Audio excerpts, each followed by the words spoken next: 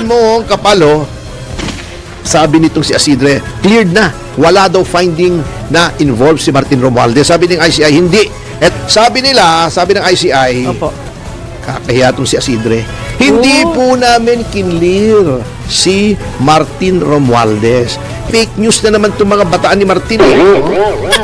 Ang sabi lamang namin, saliksikin nyo based on the evidence na nandito. Ibig sabihin, may reason, may basihan para imbestigahan pa further si Martin Romualdez. Ng fake news na naman itong mga bataan ni Martin. Ito, natatawa ako Ito si Isidre. Opo. Diba sabi niya, oy, yung report ng ICC, cleared na si Martin Romualdez. Nagsalita ang ICI. Sabi niya, fake news. Kakahiya itong si Isidre.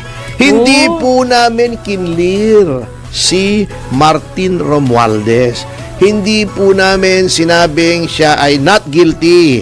Ang sabi lamang namin, saliksikin nyo based on the evidence na nandito. Ibig sabihin, may reason, may basihan para imbestigahan pa further si Martin Romualdez. Ng fake news na naman itong mga bataan ni Martin. Oo, mo, akalain mo, kapalo, sabi nitong si Isidre, cleared na. Wala daw finding na involved si Martin Romualdez. Sabi ng ICI, hindi. Etong sabi. Oo, yan ha. Sabi ng ICI, Opo. binatikos nila si Isidre for selectively quoting the referral without providing full context. Yan. Parang ginawa ni Sara Ilago, di ba? Walang konteksto yung reklamo niya sa akin. Ayan Yan ang sinabi ng ICI. Ngayon, anong ginagawa nitong ating pamahalaan? Si Saldico lang ang iniipit. They want the trail to end with Saldico. Samantalang may ebidensya na nagtuturo na ang suhulan ay umaabot hanggang kay Martin Romualdez, hanggang kay Pangulong Marcos. Pero, notwithstanding yung testimonya ni Diskaya, ni Alcantara, ng 18 Marines, ni Gutesa, anong ginawa ng Senate Blue Ribbon Committee Chairman? Binatiko si Trump. Si Trump daw ang may kasalanan kung bakit may krisis. Alam naman natin lahat yun Bakit ba, Senator Ping, ay si Trump ang pinakikialaman mo? Ang dami-dami problema ron, pinakialaman mo yung presidente na may presidente. Grabe. Pambihira naman. Nagpapapansin ka yata kay Trump Senator Lacson Kahit maubos laway mo, hindi ka papansinin niya. Ano naman pakialam niya sa isang senador sa Pilipinas? Ikaw naman At bakit yun naman ang topic? Alam na natin yun si Trump ang may kasalanan. Sino bang una ng bomba sa Iran, di ba? Ang imbestigahan mo yung flood control. Tawagin mo yung 18 Marines. Baka naman sinasabi mo si Trump pa rin ang may kasalanan doon sa flood control. Ay, nako. Buhay nga naman Wala pa ba si Calando? Yan dyan na. Nandiyan na ba? Dyan na ba yan? Nandyan na si Calando? Wala pa daw wala pa sa monitor. Kau talaga. Calando, nung isang araw pa kita kinokontak, hindi ka daw Calando, sumasagot. Subuko ka na. Ayan. Pakisuyo naman, Eto guys. gusto nyo ng accountability. Bakit? Isa-isa nang nadi-dismiss etong mga kaso laban kay Romualdez at saka mga kamag-anak niya, mga forfeiture. Wow. Wow naman Ito, wala kayong kibo Wala kayong kibo. Ito na-dismiss yung paghahabol ng gobyerno. Ito noong pa hinahabol ito Binabutan lang ng administrasyon na to. $5 million ses. Opo. Magkano yung $5 million ses times 60? 300 ano ba? Magkano ba yun? 3 billion? Opo. 3 billion ba yun? Compute mo nga, mahina ako sa math, kaya nga nag-arugado ako O 300 million. Ayan. 5 million times 60. Sige nga. Di ba?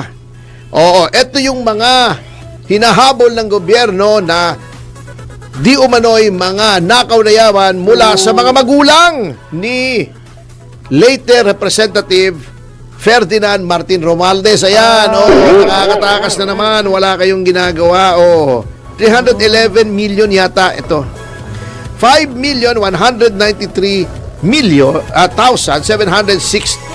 5,193,726 dollars or 311 million.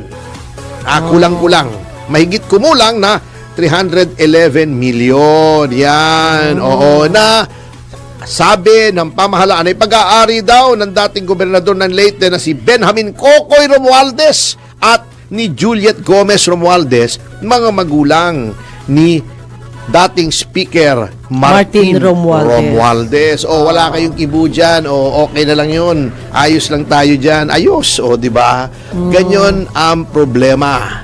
Kaya nga, may kanta na tinuro sa akin yung isang kaibigan ko bago tayo magtapos, kantahin natin. To the tune of The Bridge Over River Kwai. Eto Trililing has only one yag ball. Si Makoy has one but very small. Tambi has something similar, but poor old Pinky had no balls at all. Ting, ting. At sa noon yan, mga kasama, magbabalik ang Yes Show Topacio. Yeah, mga kasama, nagbabalik ng muli ang Yes Show Topacio sa oras na Alas 11:32 ng umaga. at Tony Ferdy Topacio. Juby de Guzman. Narito na tayo sa ating paboritong bahagi na Pinabagat to.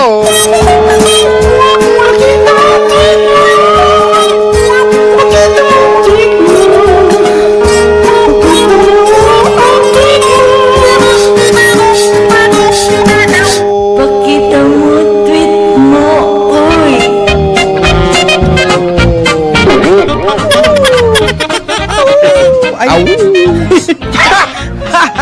Yes, good morning, attorney. ikaw muna. Siyempre po, ang daya nyo, dapat darating daw kay kahapon tas bigla kayo nawala. Nagpalit, dapat ngayon ako hindi dadating, ngayon ako dumating. Nagpalit kayo. Okay, siyempre yung nagtanap po sa akin kahapon, si Sister Josephine Salvador ng Rosario Medical Center. Yahoy! Ayan Sis Josie, sorry po. Ayan, napunta lang sa huli yung kanyang pagbati. Okay, Nestor Ifurong Linggoy Altuas, yan.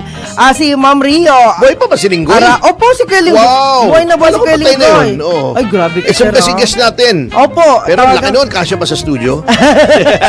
Kasya naman. Rio Araha Jun, yan. Hello po, Ate Rio. James Robert Dantora, hello. Maria Tess Zapra, of course. Si Veronica Estrada Lim, Rotary Club of Caloocan and Company. Yes! Salamat, nakakain ako masarap kahapon. Ganun ba? Pero batiin natin siya ng happy birthday, belated. Again. Tagal Happy na no? birthday. Tagal, oo. At saka happy birthday din po kay sa birthday celebrant kahapon. Siyempre, alam nyo na yon. Dinalaw po ni Kong. Oo. Kaya mabuti na lang yan dyan si Kong pag birthday pala niya. Dumadalaw talaga si Sir. Loves na loves niya si Migs, si Miguel. Yan. Okay, Dindo Hernandez, Warren Castellanes ng mga vloggers. Uy, mabuhay kayo ha. Sige lang. Yan, Heli. Salamat po, Attorney Herbacio Jetta.